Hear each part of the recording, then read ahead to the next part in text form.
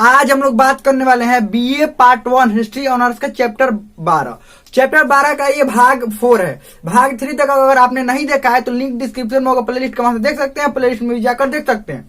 आपको पता है कि हम स्पेशल बैच के तहत पढ़ रहे हैं और इसमें सबसे पहले हम लोग चैप्टर कंप्लीट करते हैं विस्तार से, और उसके बाद इसका ऑब्जेक्टिव क्वेश्चन, उसके बाद इसका सब्जेक्टिव क्वेश्चन, और सब्जेक्टिव क्वेश्चन करने के बाद यहीं पर इसी यूट्यूब चैनल पर सब्जेक्टिव क्वेश्चन करने के बाद सब्जेक्टिव क्वेश्चन आपको बताते भी कैसे लिखा जाएगा। उसके बाद इस चैप्टर का हम हर एक चैप्टर का मॉडल सेट देते हैं, और मॉडल सेट आप लोग टेलीग्राम ग्रुप में आंसर लिख कर भेजते हैं। हम चेक करके ये बताते हैं कि आंसर कितना सही लिखा गया है, कितना गलत लिखा गया, और आंसर बेहतर कैसे बनाया जा सकता है, ये पूरा हम डिटेल में बताते हैं। तो ये सब बिल्कुल फ्री है। अगर इससे पहले वाला चैप्टर भी अगर नहीं देखा है आपने, चैप्टर 12 तक अगर नहीं देखा है तो 1 से लेकर 12 तक चैप्टर का प्लेलिस्ट बना हुआ है, जिसका लिंक इसी वीडियो के नीचे डिस्क्रिप्शन में दिया गया है। इसी चैनल पर भी प्लेलिस्ट में जाकर देख सकते हैं क्लासेस। तो चलिए हम लोग शुरू करते हैं। हम लोग किसके बारे में पढ़ रहे थे? चंद्रगुप्त द्वितीय के बारे में पढ़ रहे थे। इसने क्या किया था? शकों का नाश करके, यानी कि शक वंश के पूरी अच्छा तरह से समाप्त कर दिया। शकों का अंतिम राजा रुद्र सिंह तृतीय की भी हत्या कर दी, और उसके बाद इसने विक्रमादित्य की उपाधि धारण की। किसकी उपाधि धारण की? विक्रमादित्य की उपाधि धारण की। विक्रमादित्य की उपाधि धारण करने के बाद इसने क्या किया? विक्रमादित्य को उपाधि धारण करने के बाद ये अपना साम्राज्य विस्तार में लग गया कि साम्राज्य विस्तार कैसे किया जाए। चलिए आगे बढ़ते हैं हम लोग। विक्रमादित्य, और कमेंट में लिखकर ये भी बताना है कि विक्रमादित्य का अर्थ क्या होता है। पिछला वीडियो में हम बताए थे विक्रमादित्य का अर्थ क्या होता है, तो विक्रमादित्य का अर्थ आपको बताना। अब देखिए, चंद्रगुप्त द्वितीय ने शकों का नाश क्यों किया? देखिए, ये शकों से उलझना नहीं चाहता था, लेकिन शक जब इससे उलझ गए तो ये अब छोड़ेगा भी नहीं। ये कांटा देखे हैं, कांटा, बहुत सारे कांटा ऐसे होते हैं कि एक बार चिपक जाए, चाहे कपड़ा पर चिपक जाए, कांटा जैसे गोल गोल होता है। आप गांव में अगर जो होंगे वो जानते होंगे, बहुत सारे ऐसे कांटे होते हैं जो एक बार चिपक जाते हैं ना, एक बार चिपक गए तो उसको उखाड़ने में बड़ा समस्या होता है। और उखाड़ने की समस्या क्या, यहाँ कपड़ा उपड़ा होगा तो कपड़ा उपड़ा यहाँ से क्या करता है, नोच कर बाहर निकाल देता है। समझ लिया, ऐसे ऐसे कांटे होते हैं। ठीक वैसे ही चंद्रगुप्त द्वितीय उलझना चाहता नहीं था ये शकों से। शक जब इससे उलझ गए तो क्या किया? शकों का नाश कर दिया। तो पता ही है, देवी से इसकी शादी हुई थी। इसकी शादी फिर दोबारा किससे हुई? देवी से। और ये देवी से शादी करी, सब चीजों का वर्णन कौन से ग्रंथ में है? देवी चंद्रगुप्तम। और देवी चंद्रगुप्तम किसने लिखा है? विशाखा दत्त ने लिखा है। किसने लिखा है? विशाखा दत्त ने लिखा है। तो चलिए, ये अब चंद्रगुप्त द्वितीय जो था यानी विक्रमादित्य, इसने अपना अब राज्य विस्तार करने के लिए प्लानिंग में लग गया। ये 2 तरीका से राज्य विस्तार करने के बारे में सोचा। देखिए, नॉर्मली राज्य विस्तार करना होता है राजा 3 तरीका से करते हैं, लेकिन इसने 2 ही तरीका अपनाया। वो तो पिछले वाले भाग में ही बताया है। 3 तरीका: दोस्ती, युद्ध और वैवाहिक संबंध। 3 तरीका से होता है, लेकिन इसने 2 का तरीका अपनाया, युद्ध और वैवाहिक संबंध। वैवाहिक संबंध बनाने लगा, और ये कई आसपास के क्षेत्रों से, जहां अधिकतर जगहों पर तो शासन था ही। समुद्रगुप्त के समय इसके पिताजी जब शासन कर रहे थे तो अधिकतर जगहों पर शासन था ही इन लोगों का, क्योंकि इधर का कितना राज्य, क्योंकि इधर का, रुक जाइए इसको मिटा देते हैं। देखिए, अच्छा से हिस्ट्री को अच्छा से समझना बहुत जरूरी होता है, क्योंकि इधर का 12 गो राज्य, इधर का 9 राज्य, जब सब जीतिए लिए थे, बीच में कुछ शक शासक बचे थे छोटे मोटे, तो ये, और रामगुप्त के समय, जब समुद्रगुप्त के बाद रामगुप्त बना तो उस समय वो कमजोर शासक था, तो उस समय कुछ राज्य हार गया, और उसके बाद तो वही मेहनत करना पड़ गया चंद्रगुप्त द्वितीय को। अब इसने क्या किया? ये जीतने के बाद जो क्षेत्र जीता 2 4 5 को, तो अब ढिंढोरा पिटवाएगा ना। सब राजा ढिंढोरा पिटवाते हैं, ऐसा बात नहीं है कि एक ही राजा ढिंढोरा पिटवाएगा। अब कोई मुखिया होगा अपना पंचायत क्षेत्र में नली गली बनवाएगा तो ढिंढोरा ना पिटवाता है। ढिंढोरा कैसे पिटवाता है? एक वो तो वहां पर बड़ा सा बोर्ड लगवाएगा, जहां से जहां रोड बनेगा वो तो लगवाना पड़ता भी है कि हाँ, ये मुखिया द्वारा यहाँ से यहाँ तक रोड बनवाया गया, या कोई और मंत्री बनवाएंगे, कोई विधायक बनवाएंगे, ये सबके द्वारा एक ढिंढोरा पिटवाया जाता है, बोर्ड लगवाया जाता है कि देखो हम ये हैं, हम मुखिया हैं, हमारे द्वारा ही ये बनवाया गया, नाली बनवाया गया, गली बनवाया गया, यहाँ से यहाँ तक बनवाए हैं, ऐसे बनवाए हैं, ये पूरा ढिंढोरा पिटवाया जाता है एक बड़ा सा बोर्ड लगाकर। अब तो शायद जो बोर्ड लग रहा है वो शायद टीन का बोर्ड लग रहा है। पहले जो बोर्ड लगता था वो लगता था पत्थरों का। आप लोग पहले अभी भी पत्थरों का लगता है, जो बड़े बड़े मंत्री या विधायक जब किसी चीज का उद्घाटन करते हैं तो वहां पर लिखा रहता है, उद्घाटन देखे हैं किसी भी चीज के, जैसे पुल का उद्घाटन हो गया या किसी भी और भवन का उद्घाटन हो गया, उद्घाटन होता है तो वहां पर लिखा रहता है ना, बड़ा सा बोर्ड लगाकर ये मंत्री द्वारा, इनके द्वारा ये इतना इतना पैसा दिया गया, ये सब लिखा रहता है। ठीक वैसे ही इसने भी क्या किया, मेहरौली में लौह स्तंभ। अब लौह स्तंभ देखिए, मेहरौली वाला लौह स्तंभ देखिएगा ना, मेहरौली जो कि दिल्ली में है, कुतुब मीनार के पास में लौह स्तंभ। तो ऊपर का जो आप इसका स्थिति देखिएगा और इसका देखिएगा तो लगेगा कि सम्राट अशोक का ही है स्तंभ। और अंदर लिखा हुआ बात है, यहाँ पर स्तंभ के चारों तरफ गोल स्तंभ है, स्तंभ के चारों तरफ जो लिखा हुआ है ये चंद्रगुप्त द्वितीय के बारे में लिखा हुआ है। तो अभी तक ये कंफ्यूजन है कि अशोक ने ये जो स्तंभ है ये किसने क्या स्थापित करवाया था। ये अशोक ने ये स्तंभ स्थापित करवाया था कि चंद्रगुप्त द्वितीय ने स्थापित करवाया था, कि करवाया किसने था। ये ऊपर वाला दृश्य देखकर ये लगेगा जैसे सम्राट अशोक के जिस तरह से अधिकतर जगहों पर सम्राट अशोक के स्तंभ लेख मिले हैं, ठीक ठाक वैसे ही स्तंभ लेख उसी आकृति में ये भी है, लेकिन इस पर लिखा हुआ है चंद्रगुप्त द्वितीय के बारे में। किसके बारे में? चंद्रगुप्त द्वितीय। तो अभी तक कंफ्यूजन है मेहरौली वाला लौह स्तंभ है किसका। अब लिखा हुआ है जिसका नाम है उसी के बारे में ना, तो मेहरौली वाला जो कि दिल्ली में कुतुब मीनार के पास में है। चलिए आगे बढ़ते। अभिलेख और एक अभिलेख बात करते, उदयगिरी के गुहा लेख लिखवाया। उदयगिरी में गुहा लेख लिखवाया, गुहा लेख का मतलब गुफा में इसने अपना लेख लिखवाया और पूरा वर्णन किया। यह स्तंभ लेख में भी वर्णन किया कि राजा ऐसे ऐसे कि यहाँ हमने क्षेत्र जीता। इसमें भी वर्णन किया कि हम क्षेत्र यहाँ जीते और ऐसे ऐसे इस क्षेत्र में जीते, ये सब कुछ इसमें भी। और मथुरा के अभिलेख में डेट सहित उसमें दिनांक भी लिखा हुआ था कि दिनांक इस तारीख को पूरा। यही एक अभिलेख है जिसमें गुप्त वंश के में दिनांक भी लिखा जाता है, कि यही एक अभिलेख मिला है जिसमें गुप्त वंश के बारे में जानकारी है और सही दिनांक के बारे में भी जानकारी है। कौन? मथुरा वाला अभिलेख में इसमें दिनांक भी लिखवाया था। अब देखिए इसके थोड़ा प्रशासन के बारे में देख लेते हैं। इतना ताकतवर राजा, देखिए समुद्रगुप्त था, वो भी ताकतवर राजा था, ठीक ठाक ताकतवर राजा था, और ये भी था ताकतवर। बीच में रामगुप्त आए तो उतना ताकतवर नहीं हुआ, लेकिन इसके ताकतवर होने के पीछे कोई ना कोई तो कारण होगा, ऐसे ताकतवर ना हो गया होगा। देखिए सिर्फ राजा ताकतवर होने तो कुछ ना होता है, उसके मंत्री, सेनापति, सैनिक, घोड़ा, हथियार, ये सब ताकतवर होना चाहिए। साथ में उसका कर प्रणाली भी व्यवस्थित ढंग से होना चाहिए, तब राजा महान बनता है। एक महान राजा बनने के पीछे कई लोगों का हाथ होता है। ये नहीं कि अकेले कोई राजा महान बन जाए, चाहे कि अकेले ही महान बन जाए, नहीं बन सकता है। कोई भी देश हो, राज्य हो, उसको संपन्न होने में किसी एक व्यक्ति का हाथ न होकर बहुत सारे व्यक्तियों का हाथ होता है, और किसी भी चीज को विनाश करने में भी एक व्यक्ति का ना हाथ होकर बहुत सारे व्यक्तियों का हाथ होता है। चाहे किसी भी चीज का निर्माण करना हो या किसी भी चीज का विनाश करना हो, एक व्यक्ति का हाथ नहीं होता है। भले ही दिखाया जाता है कि एक व्यक्ति कोई अपराध किया है, कोई अपराधी बन गया है, और दिखाया जाता है कि उसने ही सिर्फ अपराध किया, नहीं, उसके आसपास के माहौल ने उसे अपराधी बनाया है। सिर्फ देखा जाता है कि हाँ वही अपराधी है, लेकिन उसके आसपास के माहौल, आसपास के लोगों ने भी उसको अपराधी बनने पर क्या किया होगा? मजबूर किया होगा। इसीलिए कोई भी अपराधी बनता है, कोई भी गलत काम करता है, तो सिर्फ वही जिम्मेवार नहीं होता, उसके आसपास वाले भी जिम्मेवार होते हैं। ठीक वैसे ही कोई अच्छा काम भी होता है तो वही जिम्मेवार नहीं होता है, अच्छा काम करने वाला ही महान नहीं होता है, उसके आसपास वाले माहौल जो उसको वैसा माहौल दे रहे हैं वो भी महान होते हैं जो आसपास के हैं। चलिए आगे बढ़ते हैं और इसके प्रशासनिक इकाई के बारे में थोड़ा देख लेते हैं। सबसे पहला है महालाधिकृत। और महालाधिकृत कौन होता था उस समय? महालाधिकृत का किस नाम से जाना जाता होता कौन था?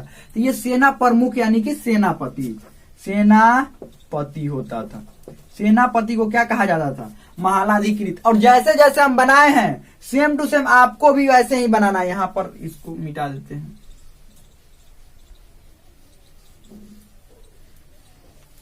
जैसे जैसे हम बनाए हैं नोट में आपको वैसे ही बनाना है, इधर उधर ना करना है, और नोट ठीक ऐसे ही आपको बनाना है।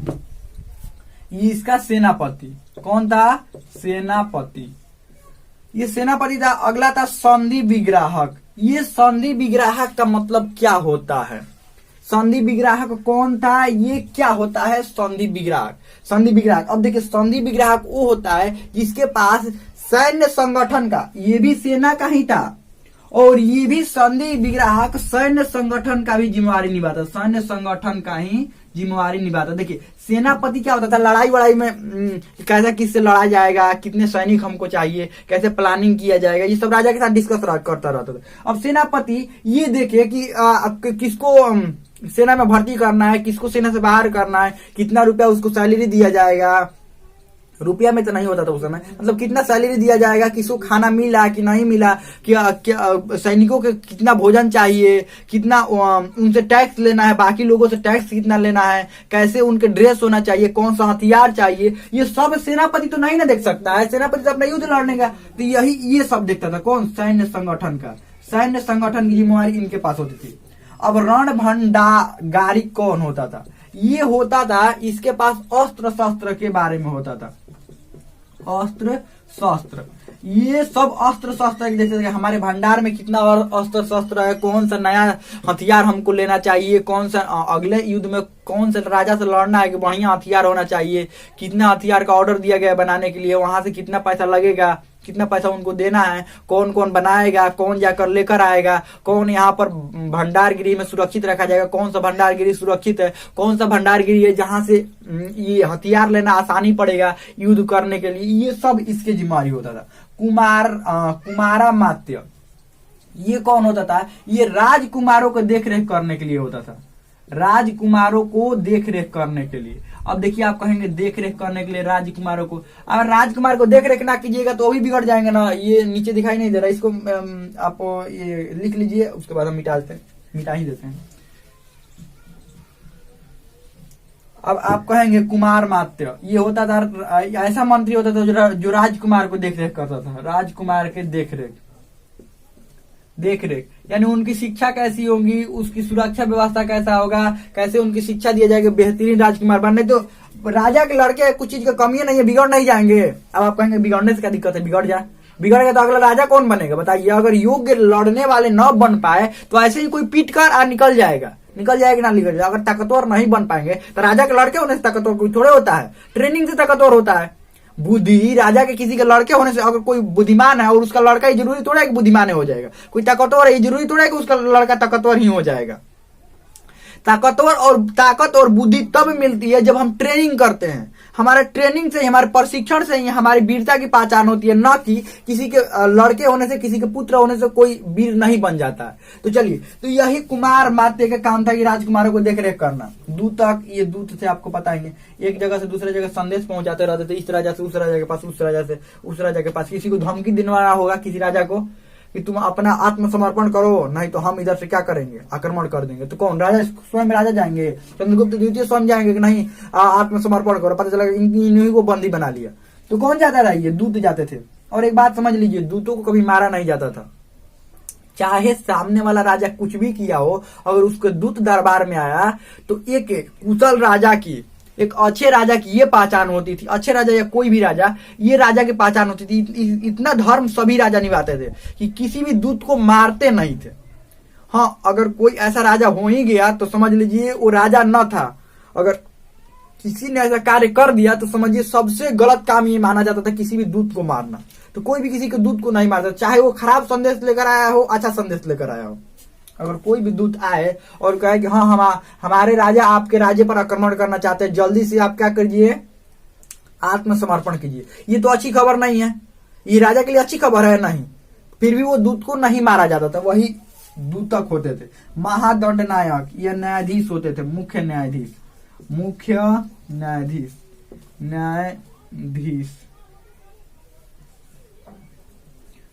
न्यायाधीश। चलिए आगे बढ़ते हैं।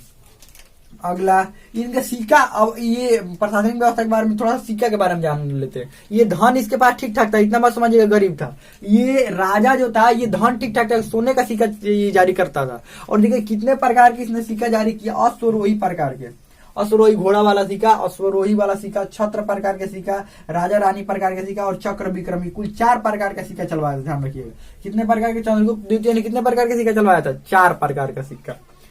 आगे बढ़ते हैं। इतना कुछ व्यवस्थित ढंग से रखने के लिए और न्याय बहुत ही जबरदस्त था। जब फरिहान आया, इसके आपको पता है, आगे बताएंगे भी। फरिहान एक था चीनी यात्री था, चीन से आया हुआ यात्री। चीनी यात्री मतलब चीनी का यात्री नहीं, चीनी का व्यापारी नहीं, चीन देश से आया हुआ एक यात्री था जिसका नाम था फरिहान, और इसी के समय आया था, किसके, चंद्रगुप्त द्वितीय के समय ही आया था, और इसके दरबार में बढ़िया से घुमा भी था, सब कुछ किया था।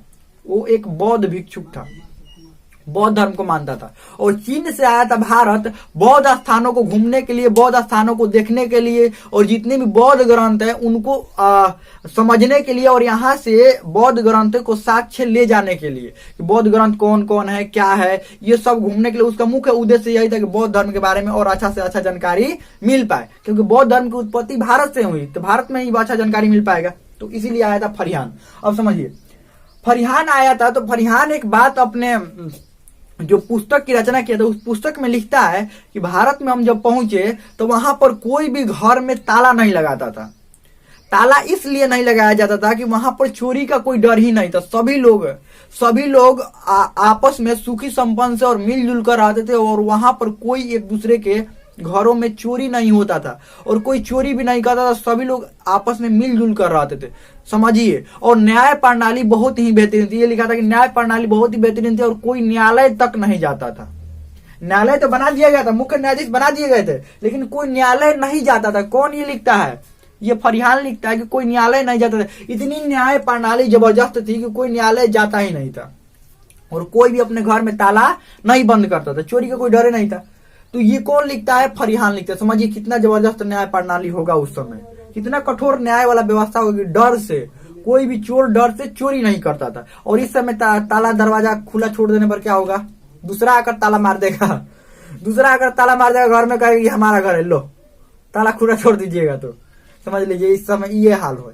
और उस समय कितना देखिए, उस समय भी कोई सारे चीज अच्छे ही नहीं थे, उस समय कुछ गलत भी होंगे। अब सब गलत पता नहीं चल पाता है, सब अच्छा ही पता नहीं चल पाता। देखिए इस समय सब कुछ गलत है नहीं है, इतना मत सोचिए सब कुछ गलत है। इतना चोरी वाला कितना, बहुत सारे लोग सुरक्षित है ना, सब लोग सुरक्षित है, बहुत सारे का सभी लोग सुरक्षित है। हाँ, कुछ बातों का थोड़ा बहुत ध्यान रखना पड़ता है, नहीं तो चोरी हो जाएगा। थोड़ा बहुत बातों का ध्यान रखना पड़ता है, नहीं तो क्या हो जाएगा? चोरी हो जाएगा। ऐसा बात थोड़ा है कि सब कुछ इस समय गलत हो रहा है, बहुत कुछ सही हो रहा है तभी तो पृथ्वी चल रहा है। सही नहीं हो रहा होता तो पृथ्वी चल रहा होता नहीं। गलती से पृथ्वी थोड़ा चलता है, बहुत सारे लोग सही काम करते, बहुत सारे लोग अच्छे काम करते, तभी तो पृथ्वी चल रहा है। और सही सभी लोग सुरक्षित भी है, ऐसा थोड़ी बात है सुरक्षित नहीं है। हाँ, थोड़ा बहुत असुरक्षा तो रहता ही है, ऐसा थोड़ी बात है ना रहेगा, थोड़ा बहुत असुरक्षा रहता है, बाकी सब सुरक्षित ही है। चलिए, तो इसके दरबार में 9 रत्न थे, जैसे अकबर के दरबार में आगे भी पढ़ाएंगे, पार्ट 2 में पढ़ना है आप लोगों को अकबर के बारे में। तो अकबर के काल में उसने 9 रत्न रखे थे। 9 रत्न मतलब 9 गो प्रमुख उसके दरबार में विद्वान थे। वैसे ही चंद्रगुप्त द्वितीय के दरबार में भी 9 गो प्रमुख विद्वान थे। अब 9 गो प्रमुख विद्वान कौन थे? कोई गणित के क्षेत्र में, कोई खगोल शास्त्र के क्षेत्र में, कोई बहुत बड़ा कवि है, कोई लेखक है, कोई राजनीति शास्त्र के बारे में जानता है। ये सब अलग अलग क्षेत्रों के जो जानकार थे, कुल 9 रत्न 9 गो थे। और 2 गो देखिए कितने महान, एगो कालिदास, इनको तो पहचानते हैं, कितनी रचनाएं की हैं, बहुत सारे रचनाएं की हैं, बहुत महान कवि लेखक नाटककार, बहुत अच्छे नाटक की रचना किए हैं। अभिज्ञान शकुंतलम इन्हीं की रचना है, रघुवंश इन्हीं की रचना है, मालविकाग्निमित्रम इन्हीं की रचना है, बहुत ज्यादा रचना इन्होंने किया है। और आर्यभट्ट, जीरो के आविष्कारक पता ही है, आर्यभट्ट जीरो के आविष्कारक थे ना, कहाँ के थे? बिहार के थे ना, बिहार भारत के थे, अपने भारत के थे। आर्यभट्ट जीरो का आविष्कार किए थे, बहुत अच्छे खगोल शास्त्री थे, बहुत अच्छे गणितज्ञ थे। किसके दरबार में थे? चंद्रगुप्त द्वितीय। समझिए इतने जब महान लोग दरबार में रहेंगे तो बताइए राजा महान नहीं होगा? राजा भी महान होगा। क्यों? क्योंकि जब इतने महान लोग दरबार में, इतने अच्छे लोग दरबार में हैं, तो ये महान नहीं होंगे। और बाकी भी लोग बहुत अच्छे थे, सभी लोग बाकी देखिए जो अच्छा करेंगे, जो ज्यादा जिसका नाम हो जाता है उसी का नाम बारे में पढ़ा जाता है। ये भी इनके 9 रत्न थे।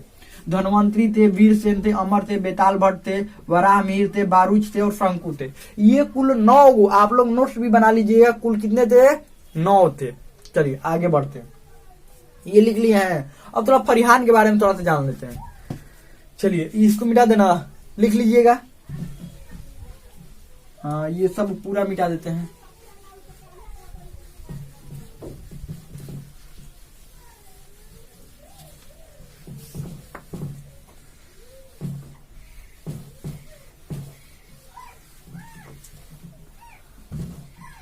चलिए फरिहान के बारे में समझते हैं।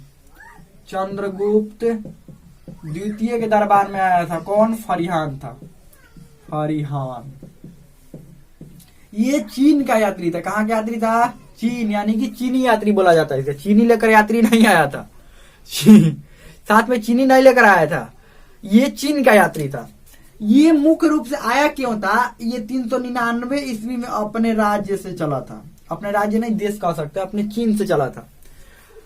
कंधार, तक्षशिला ये सब होते हुए बहुत ही कठिन परिस्थितियों का सामना, रेगिस्तान, पहाड़, पहाड़ी दर्रे, नदी ये सब पार करता हुआ भारत आया। तो समझ लीजिए उस समय हवाई जहाज नहीं था कि चीन से उड़े और भारत में पहुंच गए ना, वो सब पैदल आना पड़ता था। और पैदल ऐसे कि बहुत ही दुर्गम रास्ते थे।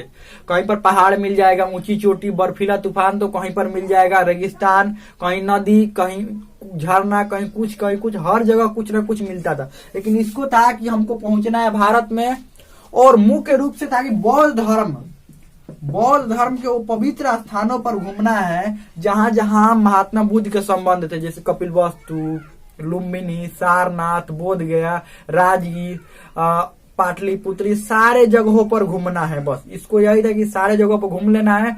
और बौद्ध ग्रंथ जो त्रिपिटक है, विनय पिटक, सूत, अभिधाम, ये सब के बारे में थोड़ा जानकारी ले लेना और यहाँ से उसके बारे में जानकारी लेकर और यहाँ से एकत्र करके ले जाना है। जो पांडुलिपियां हैं वो सब लेकर जाना है। मतलब बहुत कुछ यहाँ से लेकर जाना चाहता था। क्या, कौन लेकर जाना चाहता था? ये फरिहान। इसीलिए आया था 399 में, और इसका लौटने का समय 414 ईस्वी में लौटा था। लेकिन भारत में आया तो देखा कि बहुत अच्छा शासन व्यवस्था है। चंद्रगुप्त द्वितीय के समय ही आया था।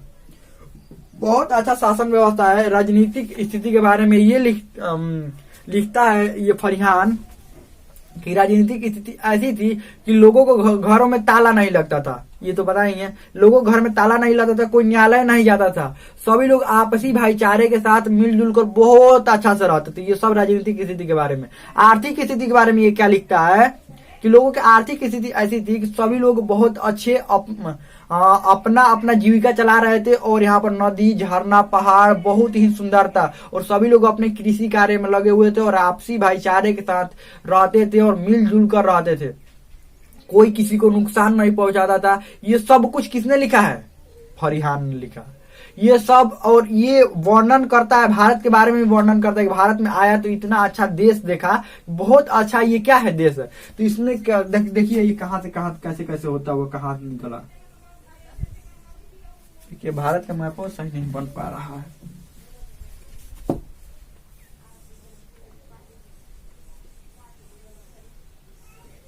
चलिए जैसा बना हुआ है ठीक है। देखिए ये आया तो ये प्रवेश कर गया ऐसे, ये प्रवेश करके बहुत ही दुर्गम रास्तों से आया। यहाँ पर पाटलिपुत्र घूमा, ये बोध गया, नालंदा, कपिलवस्तु, ये सारे जगह घूमता ऐसे निकल गया। निकल कर यहाँ पर कहाँ पर पहुंचा? श्रीलंका, सिंघली। उस समय सिंघली कहा जाता श्रीलंका को। उसके बाद इधर एकदम इस साइड में, नीचे दिखाई नहीं दे रहा है ना, चलिए ऊपर वाली होते यहाँ पर, इस साइड में था जावा। कौन था? जावा। यहाँ से सब कुछ एकत्र करके लेकर पहुंचे यहाँ पर। यहाँ से नाव लिया और अपने अब देश में जा रहा था। कहाँ जा रहा था? अपने देश में अब निकल रहा था। चाइना ऐसे होते हुए अब आप कहेंगे कि इधर आ गया था तो यहीं से निकल जाना चाहिए था, फिर चाइना। अब बताइए चाइना यहाँ से कैसे निकल पाता? यहाँ से बहुत सारे सामान हो गए थे उसके साथ में। अब घोड़ा को चाहा था पहाड़ पर, मान लीजिए घोड़ा से, आप कहेंगे कि यहाँ से घोड़ा पर लाद कर तो लेकर जा सकता था, बैलगाड़ी घोड़ा पर लाद कर। बहुत सारे पांडुलिपियां ले लिया था, बहुत सारे ग्रंथ, बहुत सारे उसके लेख हो गए थे। अब आप बोलेंगे कि लिख क्यों रहा था? भारत के बारे में इतना कहा लिख रहा था? ये आ रहा था चुपचाप बौद्ध स्थल घूमना था और जो मिला वो लेकर निकल जाना था। भारत के बारे में इसको लिखने की क्या जरूरत है? देखिए इस समय विदेशी लोग घूमने के लिए आते हैं तो कैमरा लेकर आते हैं, हर जगह फोटो खींचते हैं ना। हम भी कहीं जाते हैं, हम मतलब हम नहीं, और हम लोग भी कहीं पर जाते हैं तो वहां पर क्या करते हैं? जाकर खुद का फोटो खींचते हैं, सेल्फी खींचते हैं कि हाँ आए थे यहाँ पर, याद रहेगा कि हम यहाँ पर आए थे और इतना बहुत अच्छा चीज यहाँ पर है। और मान लीजिए बहुत सारे लोग वीडियो रिकॉर्डिंग भी करते हैं और बताते हैं कि देखिए कितना अच्छा है, बहुत अच्छा है, यहाँ पर ऐसे ऐसे है, ये सब बताते हैं ना। कहीं पर मान लीजिए विदेश में घूमने जाए तो और अच्छा, और लोग कैमरा लेकर घूमते हैं। लेकिन उस समय कैमरा तो था नहीं, उस समय लिखने वाला था। तो ये अपने ये जब फरिहान आया तो यहाँ से लिख कर लेकर जाएगा ना, तो वही लिख कर क्या कर रहा था? फरिहान यहाँ से लेकर जा रहा था, या ये सब लिखा। अब आप लोग कहेंगे कि इधर से चीन निकलना कितना आसान था, समुद्र में काहे इधर गया? और देखिए गया समुद्र में ना, तो इधर से नाव लेकर गया, तो नाव लेकर निकला ना, तो पता चला समुद्री तूफान आ गया, भूल गया वही इस तूफाने में। लो बहुत सारे दिनों तक, लगभग 3 महीना से भी अधिक दिनों तक ये भूला रहा, मतलब इधर ही घूमता रहा, समुद्री तूफान में इधर ही घूमता रहा। अंतिम में पहुंच गया जावा। कहाँ पहुंच गया? जावा। और इधर से फिर यहाँ पर रुकने के बाद कुछ दिन अपने चीन निकल गया। अब आप कहेंगे कि बैलगाड़ी से लद्दाख लेकर जाना चाहिए था, कौन तूफान उफान ना आता, आराम से चला जाता। अरे कैसे जाएगा? इधर पहाड़ है, नदी है, झरना है, सब पर बैल को नदी पहाड़ झरना में सारे जगह कहेगा चलो चलो, ये हवाई जहाज है, नहीं ना, कैसे लेकर जाएगा इधर सब। देखिए इधर आप कहेंगे तब इधर से कैसे लेकर गया, भूल गया ना आखिर जाकर। नहीं, देखिए इधर से नाव पर लाद कर लेकर गया, इधर मान लीजिए भूल गया, ठीक है कोई बात नहीं, यहाँ से पहुंचे जावा और इधर से पहुंचे नाव पर लाद कर ही कहां पर पहुंच गया? चाइना। कोई दिक्कत नहीं था। फिर वापस यहाँ पर पहुंच गया चाइना और वापस अपने देश में पहुंच गया। ऐसे लेकर जाने पर अब नाव पर लाद कर लेकर गया तो आसानी से पहुंच गया, नहीं तो इधर पहाड़ वहाड़ पार करके जाना पड़ता। तो यही था फरिहान। और ये लौट कर अपने देश में कब पहुंचा? 1414 ईस्वी में। और सारे जो ग्रंथ यहाँ से लेकर गया वहां पर अनुवाद शुरू कर दिया, अपने देश के भाषा में अनुवाद करना शुरू कर दिया। तो हम लगता है बहुत अच्छा से इनके बारे में समझ में आ गया होगा। ये चंद्रगुप्त द्वितीय के बारे में इतना ही हम लोग को जानना था, और इससे आगे हम लोग अगले भाग में पढ़ेंगे। हम लगता है बहुत अच्छा समझ में आ गया होगा। कोई भी डाउट हो, कोई भी क्वेश्चन हो, आप कमेंट में पूछ सकते हैं। हम लगता है समझ में आ गया होगा।